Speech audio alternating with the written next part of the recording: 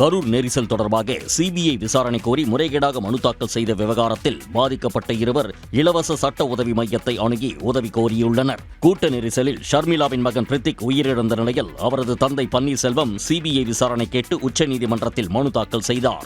ஆனால் தனது கணவர் தன்னை விட்டு பிரிந்து 8 ஆண்டுகள் ஆகிவிட்டதாகவும் மகனை அடக்கம் செய்யும் இடத்திற்கு கூட அவர் வரவில்லை என ஷர்மிளா குற்றம் சாட்டியிருந்தார். இதேபோல் செல்வராஜ் என்பவரின் மனைவியும் கரூர் கூட்ட நெரிசலில் உயிரிழந்த நிலையில் அரசு வேலைக்காக கையெழுத்து வாங்குவதாக ஏமாற்றி உச்சநீதிமன்றத்தில் மனு தாக்கல் செய்யப்பட்டதாக புகார் தெரிவித்திருந்தார். இவர்கள் இருவரும் கரூரில் உள்ள சட்ட உதவி மையத்தை அணுகி மனு அளித்துள்ளனர். அப்புறத்தில் கையெழுத்து போட்டேன்.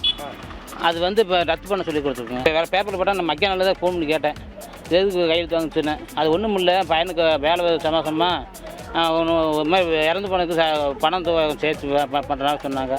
அதனால் யாருக்கும் போட்டேன். மோசடியால் பாதிக்கப்பட்ட தங்களுக்கு சட்ட உதவி வழங்க வேண்டும் என ஷர்மிளாவும் செல்வராஜும் சட்ட உதவி மையத்தில் கோரிக்கை வைத்துள்ளனர்.